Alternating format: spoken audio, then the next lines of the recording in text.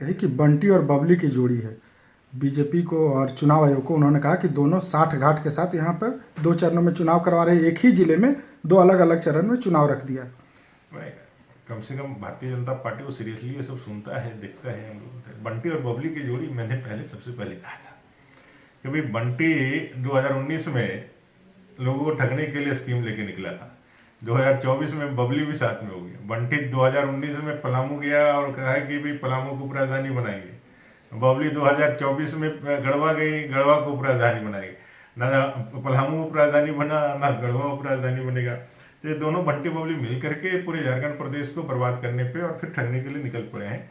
जहाँ तक रह गई चुनाव के और चुनाव कराने की संस्था, संवैधानिक संस्था, ऑटोनोमस संस्था, उसके विषय में तो ये इनका एक फ्रस्ट्रेशन निकालने का, हार नहीं स्वीकार करके, हार के कारणों का विश्लेषण नहीं करके, ये सीधे तौर पर जो संस्थाओं हैं उन पे प्रश्न चिन्ह उठाते हैं। अभी हरियाणा का चुनाव हुआ, हरियाणा के चुनाव में पूरा फील गुड में थे, जिनकी सरकारें आ रही थी, सर्वे बता रहा था, सब लोग ऐसा कह रहे थे 60 आएगा, सुपड़ा साफ हो जाएगा। लेकिन चुनाव में जनता ने भारतीय जनता पार्टी का साथ दिया, इनका पूरा मायाजाल, इनका मोहजाल को उन्होंने ध्वस्त कर दिया। तब क्या याद आया इनको? फिर ईवीएम याद आया, फिर चुनाव आयोग याद आया। चुनाव आयोग ने उस दिन कहा कि जब हमारा काउंटिंग 8:30 बजे से प्रारंभ हुआ तो कैसे मीडिया ने और बाकी सोशल मीडिया ने 8 बजे से रुझान दिखाना चालू कर दिया। ये तो यक्ष प्रश्न है ना, इसका जवाब कौन देगा? ये प्रोपेगेंडा करने वाले लोग हैं।